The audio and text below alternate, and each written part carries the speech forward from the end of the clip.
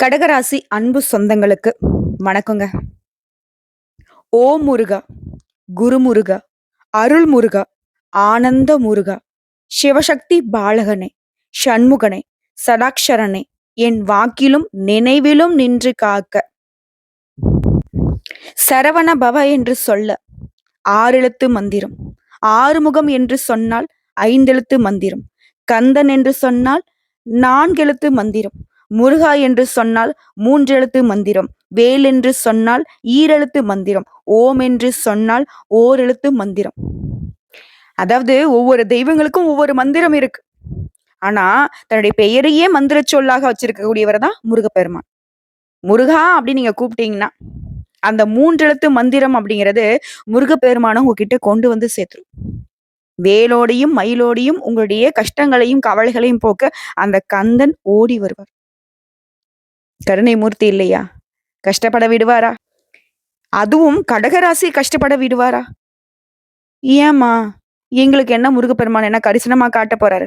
ஆமாங்க, கடகராசிக்காரங்க நீங்க கஷ்டப்படுறீங்க, நான் இல்லைன்னுலாம் சொல்ல மாட்டேன்.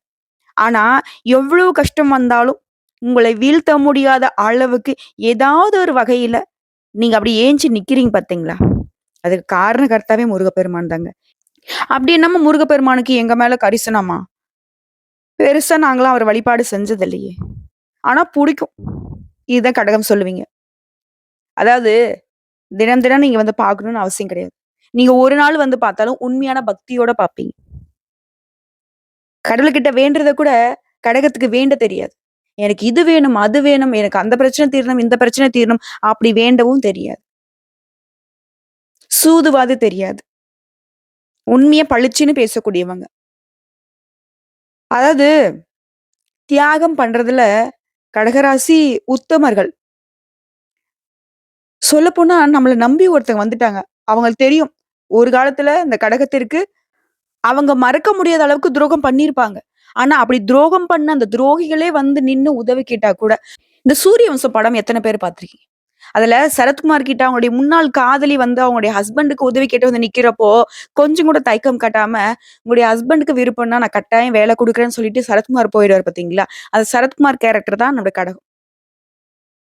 எதுக்குமே துணிஞ்சவங்க தான். உண்மையான உழைப்பாளிகள் தான். கட்டாயம் நீங்க ஒரு நாள் அந்த சரத்குமார் மாரி தாங்க வலம் வர போறீங்க. பெண்களா இருக்கீங்களா? கண்டிப்பா தேவயானி மாதிரி. தன்னுடைய லட்சியத்தையும் அடைந்து, மத்தவங்கலாம் அண்ணாந்து பார்க்கக்கூடிய அளவுக்கு உயர்வை அடைய போறீங்க. கொஞ்சம் மன வருத்தம் இருக்கதான் செய்யுது. என்னடா இது நமக்கு இவ்ளோ கஷ்டத்த குடுத்துருக்காங்க. ஆனா நம்மளால மறுத்து பேச முடியல. எல்லாருக்கும் நல்லதே நினைக்கிறது தான் இந்த கடவுள். அதனால தான் இவ்ளோ கஷ்டம். இல்லன்னு மறுக்க சொல்லுங்க பார்க்கலாம் கடகராசிக்காரங்கள. ஒண்ணும் இல்ல. புடிக்காதவங்க 1000 பேர் இருக்கட்டும். ஆனா அந்த 1000 பேருமே நல்லா இருக்குன்னு நினைப்பாங்க இந்த கடகராசிக்காரங்க. புரியுதுங்களா? நான் முன்னாடி சொன்னேன். இவங்களுடைய வாழ்க்கைய சீரழிச்சிருப்பாங்க. கஷ்டப்படுத்தியிருப்பாங்க, அவமானப்படுத்தியிருப்பாங்க, அசிங்கப்படுத்தியிருப்பாங்க. அப்பேற்பட்டவங்களுக்கும் நல்லது நினைக்கிறதுனா, அது கடகத்தை தவிர்த்து வேறு எந்த ராசியும் அடையாளப்படுத்த முடியாது. இப்படிப்பட்ட குணம் கொண்ட கடக ராசிக்கு தலைப்பு பார்த்திருப்பீங்க. மார்ச் 31ஆம் தேதி முடியறதுக்குள்ள உங்களுக்கு இருக்கக்கூடிய 8 பிரச்சனைகள் முடிவுக்கு வரப்போகுது. கடகத்திற்கு 100க்கு 100% ரகசியமான பதிவுங்க. இத உங்களுக்கு ஆப்போசிட்ல இருக்கிறவங்களுக்கு தெரியாம வச்சுக்கோங்க. அதே மாரி முதல்ல உங்களுக்கு இருக்கக்கூடிய பிரச்சனைய தெரிஞ்சுக்கிட்டு, அது சரியாகக்கூடிய நேரத்துல ஒரு சில விஷயங்கள நீங்க கவனமாவும் இருக்கணும். அதையும் வந்து புரிஞ்சுக்கோங்க. எல்லாமே மாறப்போகுது. குறிப்பா அந்த மார்ச் மாதம் அப்படிங்கிறது, இந்த அஷ்டம சனியோடைய கடைசி ஆட்டம். ஸோ இந்த நேரத்துல நம்ம கவனமா இருக்கணும். ஆனாலும் பரவால்லப்பா, நீ ரொம்ப கஷ்டப்பட்டுட்ட.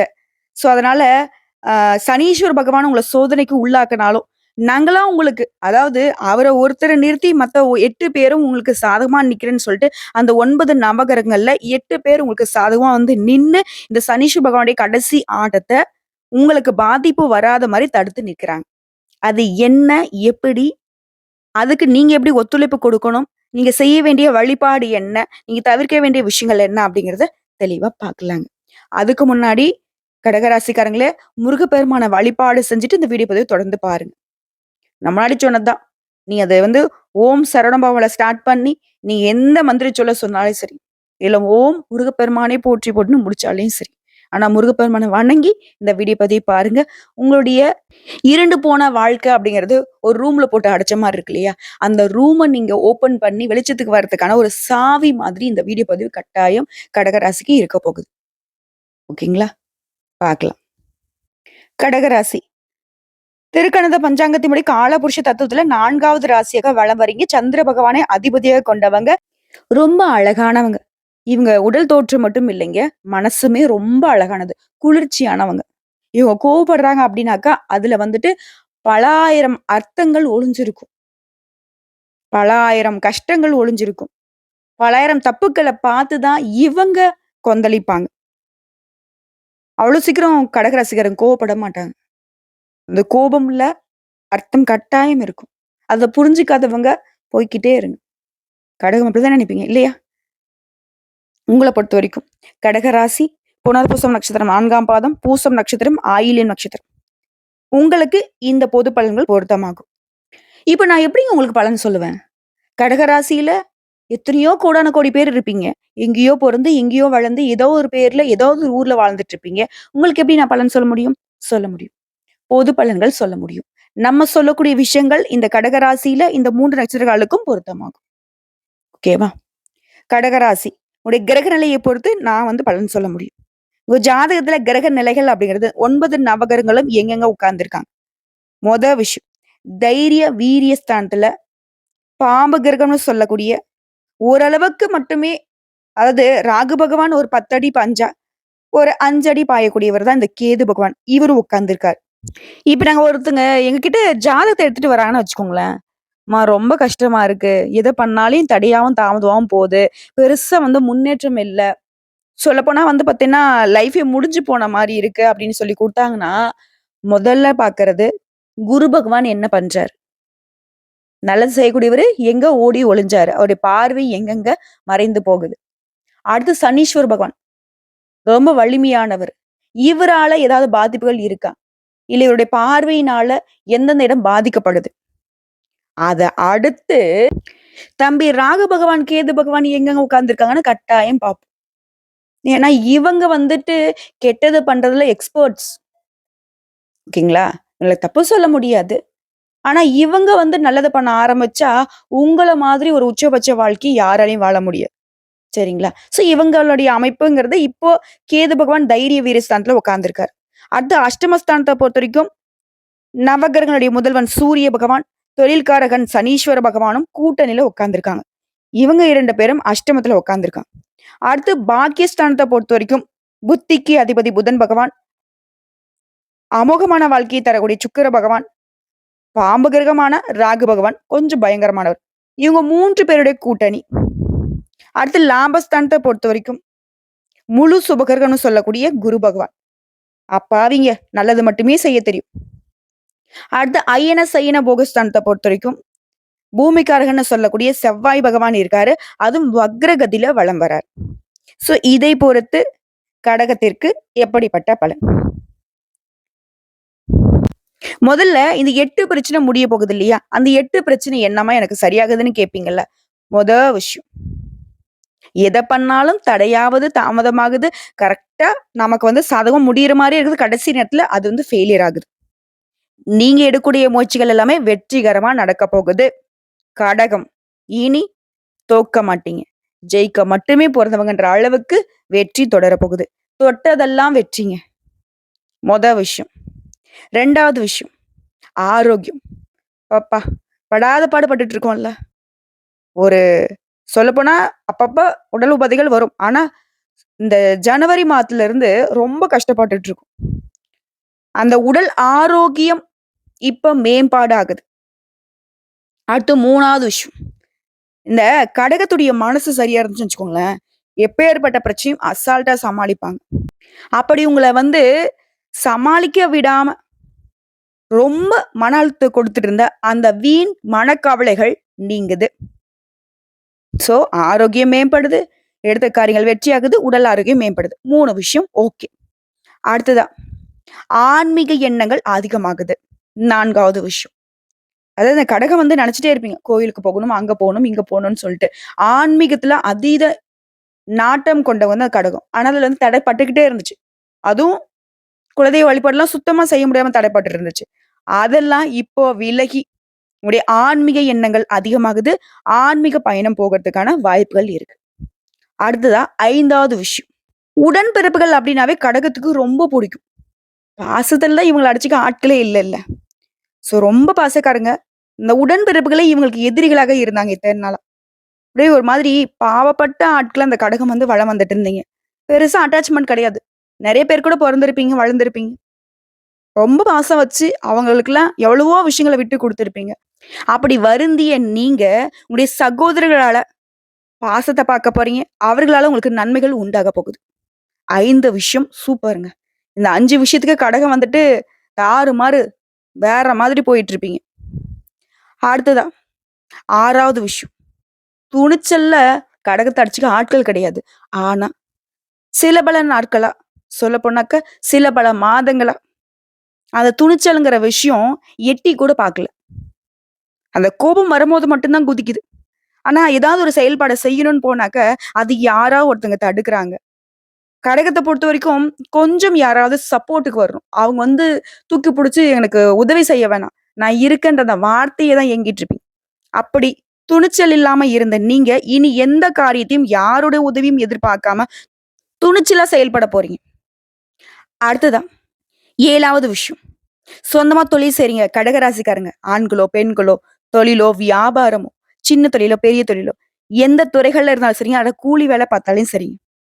உங்கள பொறுத்தவரைக்கும் அந்த தொழில் ரீதியா, வியாபாரம் ரீதியா பெருசா வருமானம் இல்லாம தொழில கூட மூடிட்டு போயிடலாம் அப்படின்ற மாரி இருந்திருக்கும். ஏன்னா, கடகத்த பொறுத்தவரைக்கும் அந்த கட் அண்ட் ரைட்டா பேச மாட்டாங்க. இந்த முன்னாடி சொன்னேன் இல்லையா? நோ சொல்லி பழகவே இல்ல அவங்க. சொல்ல மாட்டாங்க. இப்படிப்பட்ட நிலையில இருந்த நீங்க, இப்போ வியாபாரத்திலயும், தொழில்லயும் சில சூட்சமங்கள புரிஞ்சுகிட்டு, கட்டாயம் இத நம்ம சொல்லி தான் ஆகணுன்ற ஒரு புரிதலோட வியாபாரம் பார்க்க போறீங்க. வியாபாரம் விருத்தி அடைய போகுது. வியாபாரத்துல நீ எதிர்பார்த்த விட கூடுதல் லாபமும் கிடைக்க போகுது. அடுத்ததா 8வது விஷயம். பண பிரச்சனை. நிதி உதவிகள் கிடைக்க போகுது. உங்களுக்கு தேவையான பண உதவி கிடைக்க போகுது.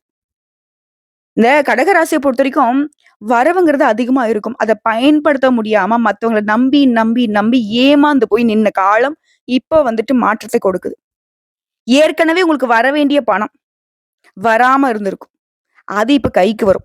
அதே மாரி உங்களுடைய தொழில் ரீதியா புதிய ஆர்டர்கள் இப்ப வந்து சேரப்போகுது.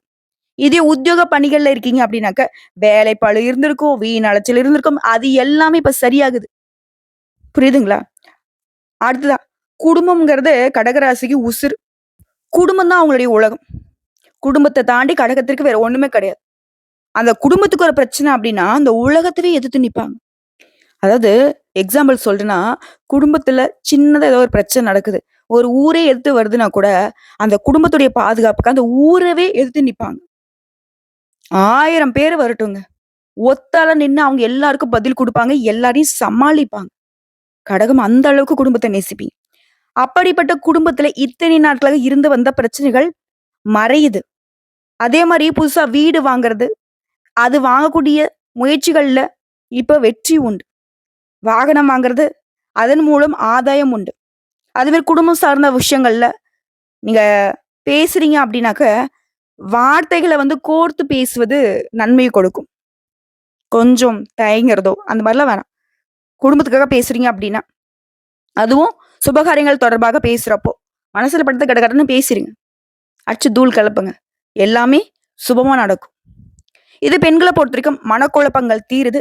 கலைத்துறையில இருக்கிறவங்களுக்கு நீங்க அமைதியா இருந்தாலும் சரிங்க, வீண் சண்டைகள் தேடி வரதுக்கு வாய்ப்பு இருக்கிறதுனால, கலைத்துறையில இருக்கிறவங்க கவனமா இருக்கணும். முன்னாடி சொன்ன வரைக்கும் சாதகமா, இப்போ கொஞ்சம் கவனமா இருக்கக்கூடிய இடத்த தான் நம்ம பார்க்க போறோம். ஸோ, கொஞ்சம் செயல்பாடுகள்லயும் சரி, பேச்சு வழக்குகள்லயும் சரி கவனமா இருங்க. அடுத்த அரசியல்வாதிகள பொறுத்தவரைக்கும் நல்ல பெயர் வாங்குவீங்க. ஓகேங்களா? உடைய எதிர்பார்ப்புகள் எல்லாமே பூர்த்தி ஆகும். மாணவர்கள பொறுத்தவரைக்கும் மிக கவனமாக பாடங்களை படித்து கூடுதல் மதிப்பெண் பெற முயற்சி செய்யுங்க. உங்களுக்கு தேவையான உதவிகள் தன்னால கிடைக்கும். கடகத்துல ஒரு விஷயம் சொல்றேன் கேட்டுக்கோங்க. முயற்சின்னு ஒண்ணு பண்ணிட்டீங்கன்னா, அது தன்னால உங்கள வெற்றி பாதைக்கு கொண்டு போய் சேர்த்துரும். உங்களுக்கு மகுடம் சூட்டிடும். புரியுதுங்களா? நான் கடகம் ஒரு இடத்துல கால் வைக்கிறீங்க அப்படின்னா, நீ இருக்கக்கூடிய இடம் புனிதமானது தான். உங்கள ஒருத்தங்க தப்பு சொல்றாங்க. உங்கள ஒருத்தங்க அசிங்கப்படுத்துறாங்க, அவமானப்படுத்துறாங்க அப்டின்னாக்க, பயப்படாதீங்க. வருத்தப்படாதீங்க. அவங்களே திரும்பவும் உங்க கால்ல விழக்கூடிய நிலைமைய நெறைய இடங்கள்ல நீங்க பார்த்திருப்பீங்க. அது திரும்பவும் நடக்கும். பயம் வேணாம். ஒரு சிலர் சொல்லியிருப்பாங்க, "ஏய்! நீ என்ன ஆஹா, ஓஹோ! இப்படி அப்படின்னு பேசியிருப்பாங்க." ஆனா, அவங்களே திரும்பவும் உங்கள புரிஞ்சுகிட்டு, பேச முடியாம, மென்னு முழுங்கி உங்ககிட்ட உதவி கேட்டுலாம் நின்னுருப்பாங்க. நம்ம சொல்லக்கூடிய விஷயங்கள் உண்மை நெனச்சா கமெண்ட் பாக்ஸ்ல பதிவிடுங்க. கடகத்திற்கு எப்பவுமே உங்களுடைய கை ஓங்கி நிற்கும். சொல்லப்போனா, அடுத்தடுத்து வரக்கூடிய நாட்கள்ங்கிறது கடகத்திற்கு அதிர்ஷ்டம் நிறைந்ததாக இருக்க போகுது. "அம்மா, நான் எல்லாம் சொன்னாங்கம்மா. எனக்கு அஷ்டம சனி முடிய போகுதா, இப்பதான் நான் ரொம்ப பயந்துகிட்டு இருக்கணுமா?" அப்படின்னு. அதெல்லாம் ஒண்ணும் வேணாம். நான் முன்னாடி சொன்னது தான். நீங்க பட்ட கஷ்டத்துக்கெல்லாம் சனீஸ்வர பகவானே தண்டிக்க நெனச்சா கூட, மத்த கிரகங்களுடைய அமைப்பு உங்களுக்கு சாதகமா நிக்குது. எப்படின்னா, உங்கள பாதுகாத்து நிக்குது. புரியுதுங்களா? இப்போ அப்பா நம்மள அடிக்க வராரு அப்படின்னாக்க, அம்மா தடுப்பாங்க, அக்கா தடுப்பாங்க, அண்ணன் தடுப்பாங்க, தம்பி தடுப்பாங்க. அந்த மாதிரி. ஏன் தாத்தா, பாட்டி வரைக்கும் எல்லாரும் ஓடி வந்து தடுப்பாங்க பார்த்தீங்களா? அந்த மாதிரி தாங்க. ங்களா? இனி உங்கள யாராலும் கஷ்டப்படுத்த முடியாது. இது தொழில் பண்றீங்க, வியாபாரம் பார்க்குறீங்க அப்படின்னாக்கா, நீ எதிர்பாராத வெற்றி கிடைக்க போகுது. லாபம் கிடைக்க போகுது. நீங்க வேலை பார்க்கக்கூடிய இடங்கள்ல பெரிய பொறுப்புகள உங்கள நம்பி குடுப்பாங்க. நிலம் வாங்குவீங்க, வீடு கட்டுவீங்க, கட்டிடம் கட்டுவீங்க. அதே மாரி நிலம் வாங்குறது, விக்கிறது இதன் மூலமா லாபம் கிடைக்கும். வேலை செய்யக்கூடிய பெண்களா இருக்கீங்க அப்படின்னாக்கா, மரியாதை கிடைக்கும். பணியிடங்கள்லயும் சரி, குடும்பத்திலயும் சரி அதிகரிக்கும். சமுதாயத்திலலாம் ஒரு நல்ல பெயரோட வலம் வரப் போறீங்க. அரசாங்க தொடர்புடையவங்களுக்கெல்லாம் பதவி உயர்வு கிடைக்கும். புனித யாத்திரை போயிட்டு வரக்கூடிய வாய்ப்புகள் இருக்கு. எல்லாமே சூப்பரா இருக்கிறப்போ, இந்த கடக ராசிக்காரங்க உடல் ஆரோக்கியத்துல மட்டும் கொஞ்சம் அக்கறை வச்சுக்கோங்க. இன்னும் சின்ன சின்ன பிரச்சனை வரதுக்கு வாய்ப்பு இருக்கு. அத மட்டும் புறக்கணிச்சிராதீங்க. ஏன்னா, அதுவே பாத்தீங்கன்னாக்க, கொஞ்சம் நமக்கு மத்தவங்களை கண் திருஷ்டி படுற மாதிரி நம்மள படுக்க வச்சுரும். அத கொஞ்சம் பாத்துக்கோங்க. இன்னும் ஒரு படி மேல சொல்லணும்னா, வளர்ச்சிகளை சீராக அள்ளி தரக்கூடிய சந்திர பகவானை அதிபதியா கொண்ட கடக ராசிக்காரங்கள கேட்டுக்கோங்க. சூரிய பகவான பொறுத்தவரைக்கும் ராசிக்கு 8ஆம் இடத்துல உட்கார்ந்திருக்காரு. உடல் ஆரோக்கியத்துல கவனமா இருக்க சொல்றாரு. அதே மாரி உறவுகள பாதுகாக்கிறதுல கொஞ்சம் அக்கறை காட்டுங்க. தேவையில்லாத விரோதம் வரதுக்கு வாய்ப்பு இருக்குன்னு சொல்றாரு.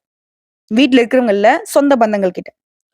அதே மாரி சந்திரனுடைய இடமாற்றம் அப்படிங்கிறது தொழில்ல ஏற்றமான பலன்களை கொடுக்கும். உங்களுடைய ராசி அதிபதி உங்களுக்கு பாதுகாப்பா கொடுக்குறாரு. அடுத்து செவ்வாய் பகவான பொறுத்தவரைக்கும் ராசியில 12ஆம் இடத்துல உட்கார்ந்திருக்காரு. நண்பர்கள் உங்களுக்கு தக்க சமயத்துல உதவி செய்வாங்க. மகிழ்ச்சியான சம்பவங்கள் குடும்பத்துல நடக்க போகுது. எதிரிகள்லாம் இனி உங்கள எதிர்க்க முடியாதுன்ற நிலையில ஓடி ஒளிய போறாங்க. அடுத்து புதன் பகவான பொறுத்தவரைக்கும் 9ஆம் வீட்ல நிக்கிறாரு.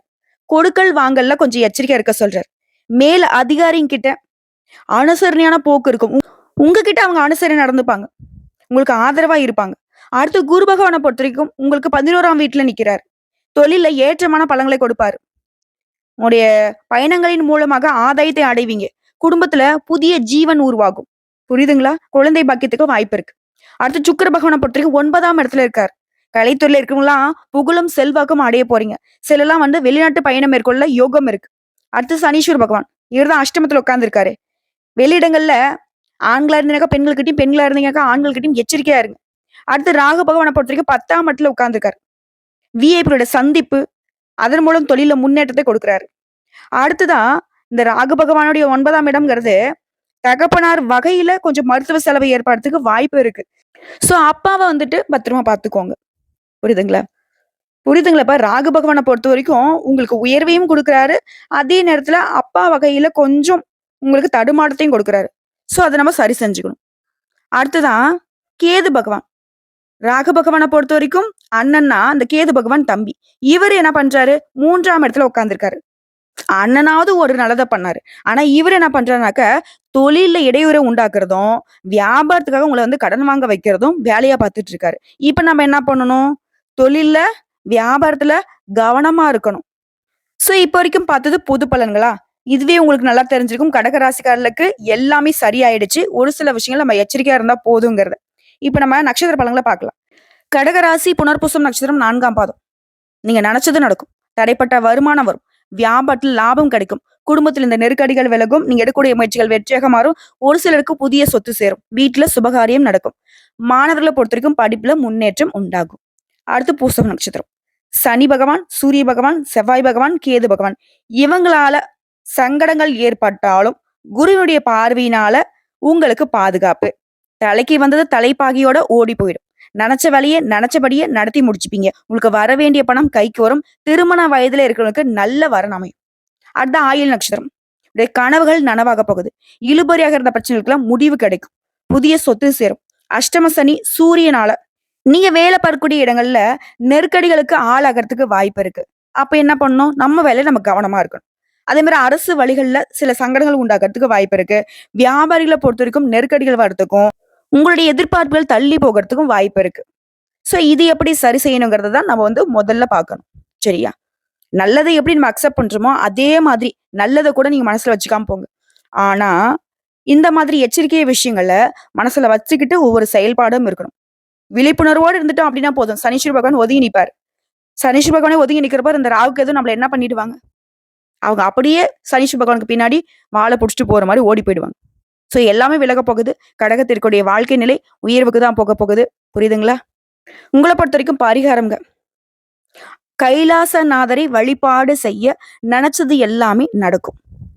2வது பரிகாரம். திங்கட்கிழமைகள் தோறும் சிவபெருமானுடைய ஆலயத்துக்கு சென்று வில்வ இலைகளால அர்ச்சனை செய்து வழிபாடு செய்ய. அதோட திருப்பதிகத்தையும் பாராயணம் செய்வதனால குறைகள் நீங்கும். அடுத்து 3வது பரிகாரங்க. திங்கட்கிழமைகள்ல சிவபெருமான வழிபாடு செய்யற மாதிரியே அன்றைய நாள்ல அருகில் இருக்கக்கூடிய ஏதாவது ஒரு அம்மன் ஆலயத்துக்கு சென்று தீபம் ஏற்றி வழிபாடு செய்ய துன்பங்கள் விலகும். குடும்பத்துல ஒற்றுமை உண்டாகும். சோ எப்படி பார்த்தாலும் சரிங்க, கடகத்துடைய கவலைகள் மறைய போகுது. கஷ்டங்கள் காணாம போக போகுது. உங்களுடைய ஒவ்வொரு சொட்டு கண்ணீருக்குமே எல்லா தெய்வங்களும் பதில் சொல்ல போறாங்க. குறிப்பா சனீஸ்வர பகவான் அவர் இத்தனை நாளா உங்களுக்கு கொடுத்த கஷ்டங்களுக்கு பதில் சொல்லிட்டு தான் உங்களை விட்டு விலகி போவார். விலகி போறதுன்னா உங்களை காயப்படுத்திட்டு அப்படியே விட்டுட்டு போறது இல்ல. அந்த காயத்தையே மறைய வைக்கக்கூடிய அளவுக்கு எல்லா விதங்கள்லயும் உங்களுக்கு ஒத்துழைப்பு கொடுத்துட்டு உயர்வான வாழ்க்கையை கொடுத்துட்டு ஒதுங்க போறார். புரியுதுங்களா? கடகராசிக்காரங்களே, சந்தோஷமா இருக்க போறீங்க. வரக்கூடிய வாய்ப்பு கரெக்டா பயன்படுத்துங்க. அதே மாதிரி என்ன செய்யணும், என்ன செய்யக்கூடாது, இதுல தெளிவு இருக்கட்டும். திரும்பவும் சொல்றேன், யாரையும் நம்பாதீங்க. பண விஷயத்துல எச்சரிக்கையா இருங்க. உங்களுடைய செயல்பாடுகளும் சரி, உங்களுடைய பேச்சுக்களிலும் சரி, நிதானத்தை கடைபிடிங்க. இப்படி இது எல்லாத்தையும் கரெக்டா ஃபாலோ பண்ணிட்டீங்க அப்படின்னா, உங்களுக்கு அந்த தெய்வமே சூழ்ச்சி செஞ்சா கூட சரிங்க. அந்த சூழ்ச்சியை நீங்க முறியடிச்சிருவீங்க. அந்த அளவுக்கு உங்களுடைய பலம் கூடுது, வளம் உண்டாகுது. வாழ்த்துக்கள். முருகப்பெருமானுடைய அனுகிரகம் பரிபூர்ணமா உங்களுக்கு துணை வந்திருக்கு. கந்த கடவுள் இருக்க கடகத்திற்கு கவலை எதுக்குங்க? வெற்றிவேல் முருகனுக்கு அரோஹரா.